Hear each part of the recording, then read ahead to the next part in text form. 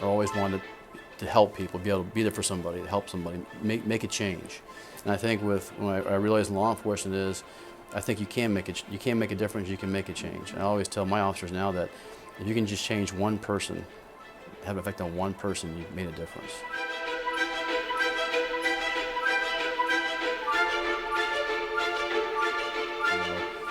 Building, and that's why I think it's so important, especially with kids nowadays, is establishing that rapport with kids that that we are, that as a mentor to the kids in our area. Yes, they can come to us, they feel comfortable coming to the police officer.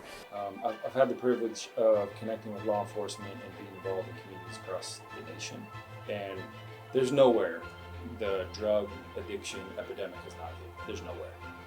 What does it look like in this community? In, let's say, the last 5-10 years? This is a bedroom community, but it's out there. And I think knowing that and being involved, knowing what we're dealing with right now in the epidemic that's taking place. Also, I'm an assessor for CALEA, which is National Accreditation for Law Enforcement. So when I travel to other agencies and I see what's taking place up north, and again, going up north, I see that the epidemic at that time was working its way down to our area. And I saw what other departments were doing to address it, which gave me the idea that we need to get ahead of this. We need to do something. Arresting somebody and re-arresting somebody does not solve the problem. We want to reduce recidivism. We want to help that person get help. Jail helped me take a look at jail confronted me with like, hey, you might have a problem, man. And it confronted me with it, and I can say it was a necessary step. It was a necessary piece to the puzzle, if you will, of me being able to take a look and say, something's wrong with me. I need to change this. But jail in and of itself did not change it. Every area is different and specific to problems. I may be able to get you to somewhere for inpatient, outpatient care, but how do I get you there? Simple as transportation. What about housing? And one of the things that we realized was if I establish a program here and you come to the department and go, I want help, I have to be guaranteed that I can get you that help at that exact time that you come here. I can't tell you come back tomorrow because you probably won't come back. You had the courage to come to us in the first place. And I have to make sure that we have all these links in the program are put together based on the area we're dealing with. HOPE is Heroin Opioid Prevention Education Program. So again, we want to start something small, just so we can establish a program locally in our area.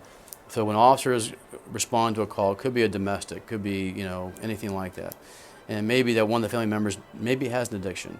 I also have found out from just talking to people, there's somebody usually that has some in their family that has an addiction. I'm shocked to say if there's not somebody. So HOPE program was a way that we established that we can, and working with locally, that if we have somebody that maybe, depending on the charge, if the state attorney's office is willing to drop that charge based on the fact they've completed a program successfully, now we've reduced recidivism because now that person is actually getting the help they need. Again, rearresting them is not the answer. It doesn't solve the problem.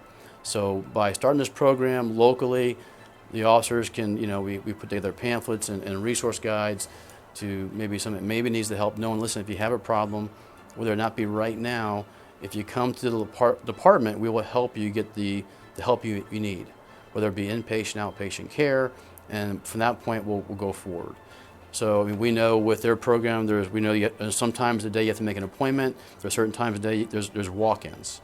So we can establish that, we're in a great location, being right across the street. Right. You literally just walk people over there? Yeah, we've done that, either way. And again, the other part of that too is working with other organizations, counseling, outreach. Is once you get that person to that point, who's going to maintain a relationship with that person to make sure they go back?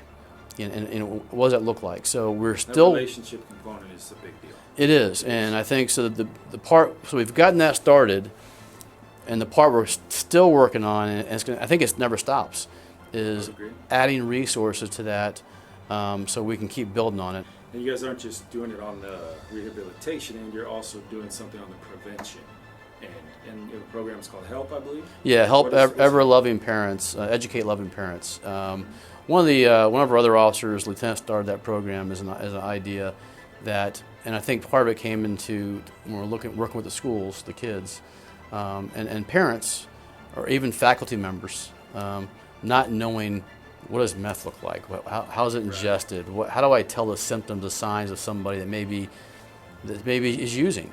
What do I do about it as a parent? How do I handle if my child could be, using drugs? So we felt it was important that we offer a free program to the community called Help, that we offer, and we advertise it, and we welcome anybody who wants to come to the meeting. And we have officers that are very, highly trained, that can talk about, here's what you look for, here's what you need to, be concerned with. Warning signs. Warning signs. Here's what we're dealing with right now. Here's what it looks like.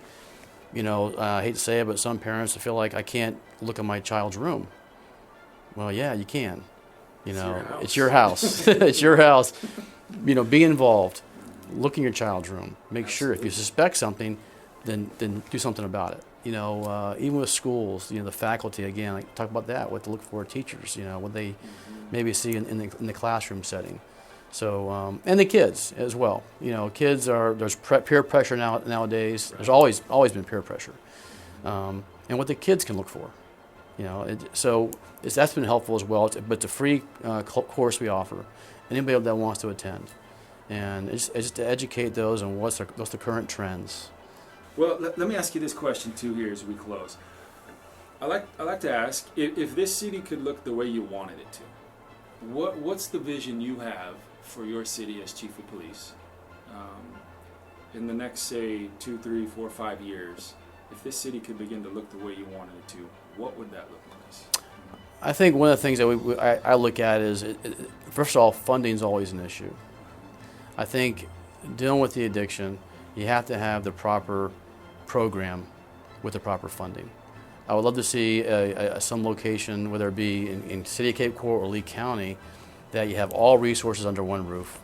You have the funding that the government can provide to have a program that's going to be successful, that anybody has an addiction, you bring them to that one location, everything that you need to get that person successful, to get them through a program is offered right there. Whether it be transportation, housing, counseling, inpatient, outpatient care, everything's right there. I think, again, instead of having to look for it, having to bring everything there, having to try to find funding, apply for grants, I think the investment's got to be made into these programs. And if you think about it, it makes sense, because it ties to everything else. It really does, in my opinion. So that's what I'd like to see eventually, that there's an investment into a program that's full-time with all the resources right there.